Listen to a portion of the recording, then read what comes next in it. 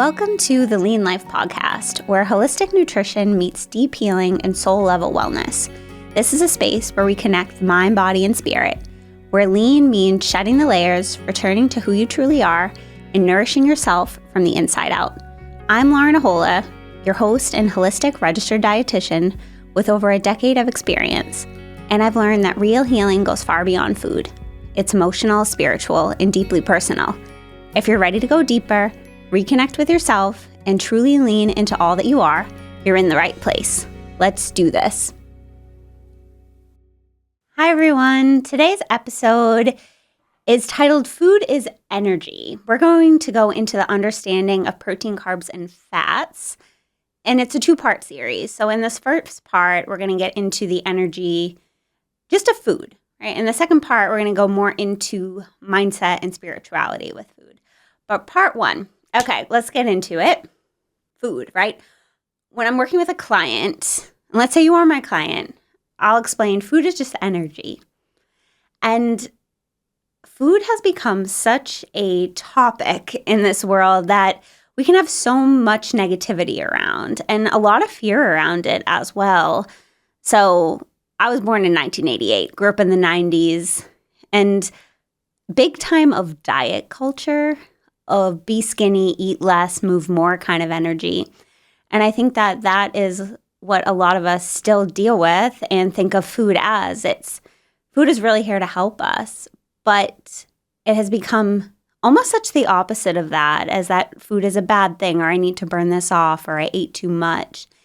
And today, during this episode, I really want to break this down for you so you can start to look at food and truly what it is, in a form of energy that is here to help and fuel you.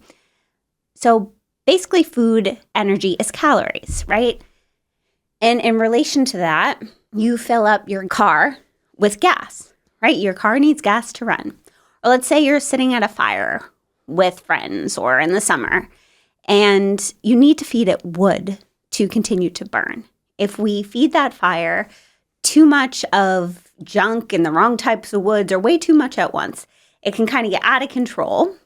Or if we don't feed it enough, it burns out. But really what we're looking for is a steady, good quality wood or energy to keep that fire burning. And that is like us, or that fire can also be related to our metabolism. So yes, we need it. But like I said, it doesn't always feel that way. We look at food as calories, right? So a lot of my clients will come to see me and be like, what calories should I be eating? And what are my macro goals, which we'll get into. And, let's say you're on this 1,500, 2,000 calorie diet, right? But these are the calories that I'm going to eat. If I stay within this range, I do good. And it's these numbers that we track that, yes, they can be helpful and give a range, but it's definitely not the full picture. And we can label it, I'm good or I'm bad if I stay within these calories, right? So I had a good day if I go under or stay within.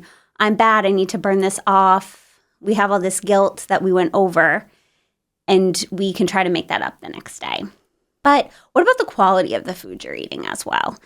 The body is designed to eat real, good, whole foods that give us energy. And just through diet culture in the years, there was these trends of all low fat, and then they added all sugar and artificial foods. And a lot of times, yeah, you could be within the calorie goals, but what are you actually feeding your body? And is that the good wood that your body's going to digest and give good fuel to the fire? So as humans, we're designed to eat simple, real, whole food and ingredients. And so I'm going to break this down for you, right? So just keep in mind, right? Food is just energy. That's it.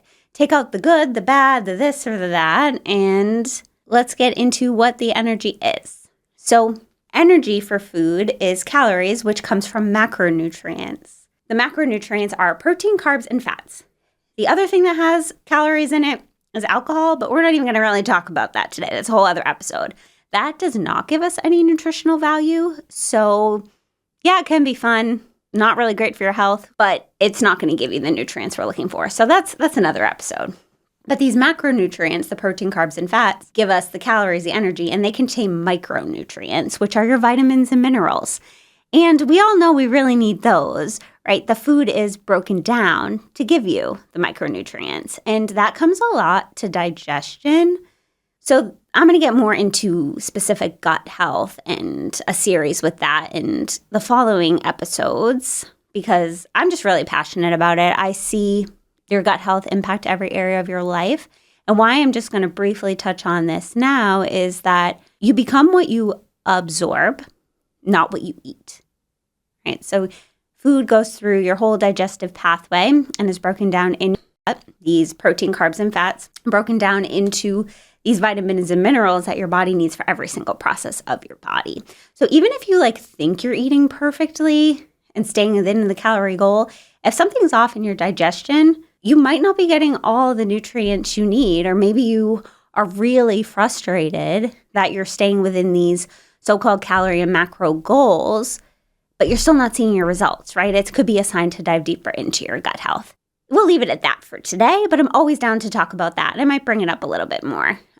But vitamins and minerals are macronutrients. So the vitamins are water-soluble, your B vitamins and vitamin C, fat-soluble vitamins, vitamin D, A, E, and K. And then your minerals, iron, magnesium, zinc, copper, iodine, just some examples that your body needs these for. Every aspect of who you are and your bodily functions. So let's get into a little more details of these macronutrients and what they do for you. So protein first. We'll talk about protein first. And protein is the building blocks of your body. It breaks down to amino acids. And protein's role, it helps with your hair, skin, nails, enzymes, hormones, helps with blood sugar, stability, and fullness. Protein's really doing so much work in your body. So I'm sure you hear everywhere on the internet and wherever you go, more protein, help with muscle mass, your blood sugar, perimenopause, reaching your weight loss goals, which is true. We definitely need protein in our diet to do it, but we can still do too much of anything. If you eat too much of it, it can still be stored as fat or you just pee it out. So it's really about finding your appropriate goals and optimizing it, but also just kind of taking it back to food is here to help us, right? Looking at protein as, okay, awesome. I get some protein on my plate that's going to help me with my hair, skin, nails, enzymes, hormones versus how many calories is this? Am I going to overdo it? And that can be a nice mental shift to have for everything that we're eating. I'm briefly going to touch on this in this episode. We'll have a deeper dive into just protein in the following episodes, but for purposes today, how much protein should you eat, right? If we're looking at somebody's calorie goals and we want to do that, everybody could be different, but I usually calculate out 30% for somebody. A reasonable good goal you could calculate would be anywhere 0.8 to 1 gram per body weight, or your ideal body weight. If you're currently overweight or trying to reach an ideal body weight, that would be a general safe, good range. Or there's always notes, but anyone kidney disease or whatnot, you might want to, you definitely would want to go lower and talk to somebody, a professional doctor or dietitian about that. But in general, if we're just talking about food as fuel that's here to help us, have a protein source with all your meals and snacks. Keep it simple. And protein comes in two different forms. We have animal and plant-based sources. Animal proteins are going to be more bioavailable, meaning your body digests them easily. And they often contain the full range of amino acids. There's essential amino acids, 9 essential that your body needs. Plants, often you have to combine two to get the full amino acid profile. But good animal sources, and I'm going to say this just from a place of good quality food that I would suggest most often, organic poultry, buying organic if you can. It takes out the antibiotics or different hormones that these animals can be injected or what they're fed.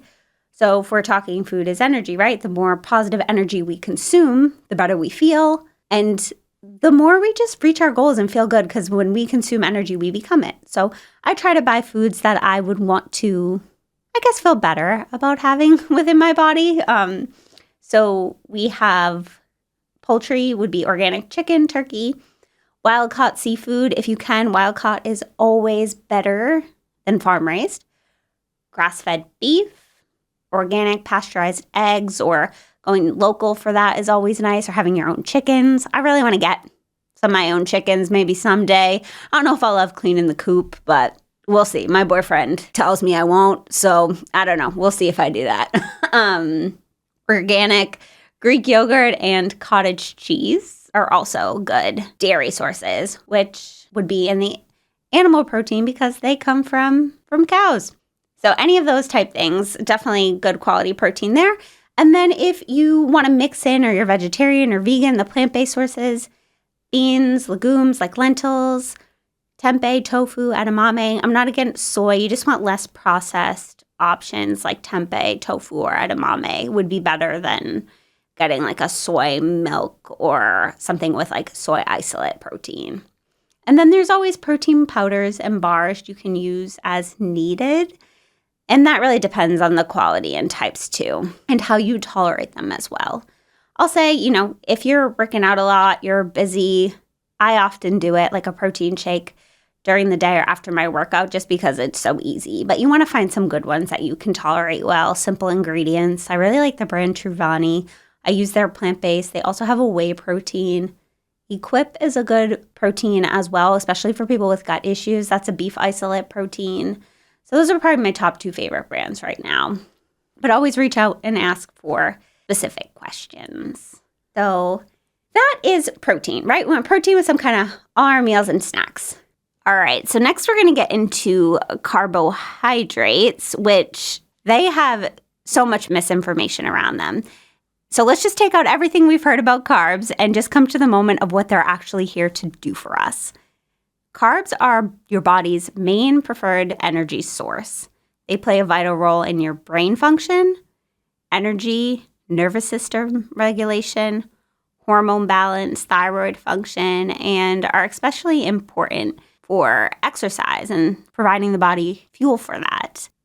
What I really think it comes down to is that everybody has their own carb threshold, depending on your activity level, your age, and if there's any kind of insulin resistance or blood sugar issues going on. If you do have any kind of insulin resistance or elevated blood sugar, your carb tolerance is definitely going to be lower. There's just issues with your body and sensitivity for absorbing carbs. But in general, carbs are here to help us too. We do need them. They do play a valuable role in the body. And I think with society and all diets and low carb and keto, there has been so much fear around carbs. I see it a lot in my clients of, I know if I don't eat carbs, I'll lose weight, or carbs are bad, but what if we could change that a little bit and realize we do still need them and look for types that actually help your body? And so carbs is broken down into a couple different types. We have starches, sugar, and fiber. And starches are going to be your breads, pasta, rice, oats, potatoes, corn, peas, barley. And then sugars, there are some natural sugars. They come from fruits, milk and yogurt, honey, and maple syrup. And then we also have fiber. Fiber is a big, big topic right now. I could do a whole episode on this. Fiber is super important. Most of fiber sources, almost all, come from carb sources. So we really do need to get this in. This is where it becomes really important. Fiber helps with gut health, digestion. It's a binder and helps to detox your body. It helps with blood sugar regulation and weight loss. And there's a couple different types of fiber. And if you were to look on the back of a food label, often it can break it down into what type it is. But we have soluble fiber and insoluble fiber. So soluble fiber dissolves in water and helps to regulate blood sugar and cholesterol. Some examples of soluble fiber would be oats, chia seeds, flax seeds, apples, beans. Insoluble fiber adds bulk to your stool and supports digestion. So examples of that would be vegetables, whole grains, nuts, seeds. Good goals for fiber are, for women, I would say 25 to 30 grams. For men, 30 to 38 grams. Good place to be would be to kind of track where you're at and gradually increase. To increase your fiber real fast can be super uncomfortable or cause more bloating or digestion irregulation. So it's always good to increase gradually and do so with water. The things that you really want to avoid when it comes to carbs, or where the negativity comes from, is a lot of the added sugars or refined grains. Things like white bread, pastas, bagels, sweets, candy, pastries, cereals, granola bars, those hidden sugars. And that's really what the problem has become. It's not the real good carbs that have been here and grown from plants and from the ground. It's all this artificial stuff that this could be a tangent, but just how the world and food industry has wanted food to be, make money, be addicting. What can we add to make it taste good or make people want more? And that's really where the added sugars come in. So always just kind of check in your labels, see where the added sugar is coming from. And it will have things like cane sugar, brown rice syrups. Agave can even be an added sugar. And then the less refined you can get things, more like 100% whole wheat if you tolerate gluten okay, versus like a just standard white bread. That's really where a lot of the issues with metabolism and blood sugar have come from. So yeah, depending on where you're at, it might be nice to just evaluate, what is your relationship like with carbs now? Do you allow yourself to have some? Can you increase a little more fiber in your diet? Do you need to be mindful of the added sugars? None of this is good or bad. It's just can depend on how much we're doing. So that leads me to my other thought right now of what I tell a lot of my clients is we're not robots, right? We're not meant to follow the same routine every day, that we don't need to be 100%. It's just not realistic. And if we put that pressure on ourselves, we're just setting ourselves up to feel guilt or failure, and that doesn't help anybody. And so often just looking at it, can I stay on track 80% of the time? That leaves 20% room for fun. Or can I stay on, I want to get a little more serious on my goals here. I'm going to stay on track 95% of the time and make 5 to 10% room for fun. We do not have to be 100% perfect to meet your goals. There is room if you want to go out and have, a nice pastry for breakfast or enjoy a dessert with friends, or it really can be more just the thoughts we have around it. And then reminding ourselves like, hey, I'm going to eat real good foods because my body needs it. I deserve to be nourished. I'm worthy of that. But there definitely is room to have those treats. And sometimes it takes a little work and just that mindset work to get there. But just remind yourself, you do not have to be perfect. And nobody is. I'm certainly not perfect. I enjoy going out to dinner on the weekends. I love, a good app or a pizza night here or there. It's just if I was to do that all the time, I wouldn't feel good. And I know I deserve to feel good. So let's get into the last macronutrient. That would be fats. And I'm going to just start by saying eating fat does not make you fat. I think this one has pretty much been broken down. Fat is becoming much more and more acceptable to eat. But again, it's really, everything comes down to the types and amounts that you do. Fat's role in the body is it helps to regulate your hormones. It helps with inflammation. Fat helps with certain vitamins, like your fat-soluble vitamins that we mentioned, A, D, E, and K. It keeps us fuller longer, and it makes our food taste good. So general good goal with fat is 1 to 2 tablespoons per meal. It's more of the topping of your meal. It doesn't have to be, as big of a protein source, like protein size your palm. 1 to 2 tablespoons of fat are like the size of your thumb. Or you could, if you're snacking on, we'll get into more of the types, but snacking on nuts or seeds, they're a good source of fat. That might be more of a small handful or a 1/4 cup. And so the types of fats, we have monounsaturated fatty acids and polyunsaturated fatty acids. The monos are more simple, easier to break down. They help with your heart health. And a lot of the Mediterranean style of eating is based out of some of these monounsaturated fatty acids, meat being olive oil, olives, avocados, almonds, cashews. So good to add some things of those into your diet if you aren't already. The polyunsaturated fatty acids are a little more complicated. They include your omega-3s and omega-6s. These omega fatty acids are essential and your body cannot make them. So you really, really do need to include them in your diet. Let's break them down. Omega-3s are ones we hear about a lot. Do you take, an omega-3 fish oil supplement, which I do think a lot of us would benefit from because it's really hard to get in your diet depending on how much of it you're eating. And it just depends on the types that you're getting. Like one over-the-counter CVS might not be your best brand. So with supplements, it's always good to try to find a good quality brand. I really like Nordic Naturals and ones that have been third-party tested, meaning that another company has tested. Not the company itself making them, but another company has actually looked into and tested it and said like, okay, Does this contain what it says it contains? Are there any potential chemicals or additives in here that would not be healthy for the population because the FDA does not regulate them? But yes, in general, I do think a good quality omega-3 supplement is helpful for its anti-inflammatory protective effects for your brain health, your mood, your skin, your triglycerides. And some sources would be chia seeds, flax seeds, walnuts, some fatty fish like salmon, herring, sardines. Kind of hard to get with the fatty fish for a lot of people, including myself. Salmon's the only one I really like there. So yes, I do take a supplement. But I do love making chia seed pudding or adding flax seeds to my oats or snacking on walnuts. So I try to sprinkle those things in there as well. And then we have our omega-6s. They're also essential and they get a bad reputation.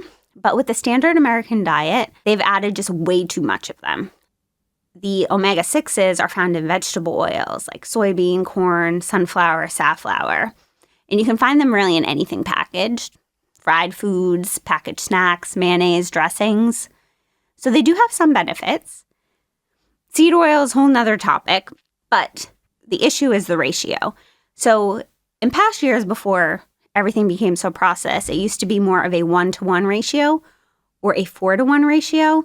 So 1-to-1 omega-6 versus omega-3, and then 4-to-1 omega-6 to omega-3. Now the ratio has gone up to 15 of the omega-6s to 1 of omega-3s, or even up to 20-to-1. So the ratio has just become crazy. And I think a good way just to do it is really just try to focus on getting in some like good whole sources of fats. Chia seeds, flax seeds, walnuts, fatty fish will really help to balance you out. To bring it all together, we need all 3 of the macronutrients, focusing on balance over extremes. And realizing this is the real good source of energy that your body needs to run and to thrive. And just to note that everyone does digest differently. I know I said in the beginning, you become what you absorb, not what you eat. So your gut health can matter a lot, but also your medical history, stress levels, your genetics. It's just knowing that you aren't like anybody else and your ratio of things, your goals, they might need to be adjusted. They might not be, actually, I'm not going to say might not. They're definitely not going to be the exact same as your friends or your partners. Everybody can be a little bit different. So I always think it's good to sit down and work with somebody 1-to-1 to really get to know you and your body and what's working for you, and to maybe take off a little bit of the pressure and noise of I should be doing this or that, because it's really, really confusing out there. There is so many messages from social media, marketing, let's do this worked for me, this is bad. But really, who's looking into this stuff? Is it just been an experiment with themselves? Or are they doing research and working with all sorts of populations? And I've been doing this for 14 years now, so I will say there's basics of what I think help mostly everybody, but everybody is a little bit different. It needs to fit into your life. And I think one of the biggest things is just to remember as well, it's not always what you eat, right? But food is here to help you. It's here to nourish you, and to look at it as a form of self-care. How can I start to plan my meals and eat in a way that makes me feel good and strong and maybe not perfect, right? But healthy and balanced and sustained, and because, yeah, you deserve it. You're worth it. And so I hope you guys find this helpful today. That's the background of just the basics of food. And in the next episode, we're going to get more into your mindset behind food, because that matters just as much as what you eat, is your beliefs behind it. So tune in and I'll see you next time.